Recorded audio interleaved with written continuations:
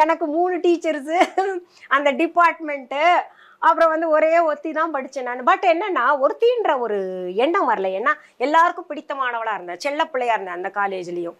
ஏன்னா அந்த காலேஜில் பார்த்தீங்கன்னா ஏதாவது ஃபங்க்ஷன்னா உடனே கூப்பிட நீ தாவம்பாங்க, கரண்ட் போயிடுச்சா, ஆடிட்டோரியம் பெருசு, கூப்பிட நீ தாவம்பாங்க எல்லாரும்.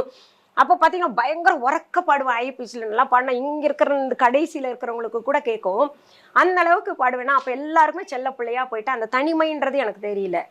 என்ன படிச்சது தான் கம்மின்னு வச்சுக்கோங்களேன். அங்கே ஒருத்திக்கு ஏதாவது ஒன்று ஃபங்க்ஷன் நடந்துக்கிட்டே இருக்கும், அங்கே யாராவது வந்துக்கிட்டே இருப்பாங்க. அப்போ ப்ரேயர் சாங் பாடணுமா, கூப்பிட்றாங்க உன்னவா அப்படிம்பாங்க. ப்ரேயர் சாங் பாடணும், இந்த டிபார்ட்மெண்ட்டில் பாடணுமா, அந்த டிபார்ட்மெண்ட் முடிச்சோடனே இன்னொரு டிபார்ட்மெண்ட்டில் அப்படி பாடணும். என்னன்னா எனக்கு காம்படிஷனுக்கு அனுப்புவாங்க. எந்த காலேஜில் போனாலும் ஃபஸ்ட்டு வாங்கிட்டு வந்துடுவேன். ஏன்னா அந்த காம்படிஷனுக்கெல்லாம் தயார் பண்ணி அனுப்புறது அது இதுன்னு சொல்லி அதுலேயே கொஞ்சம் கவனம் போயிடுச்சு. இங்கே வந்தேன். அப்புறம் இங்கே வந்து பார்த்தீங்கன்னா ஒரு கீர்த்தனை, ஒரு வர்ணம் எல்லாம் வந்து எனக்கு அங்கே கற்றுக்க முடியாத ரொம்ப கற்றுக்க முடியாத ஒரு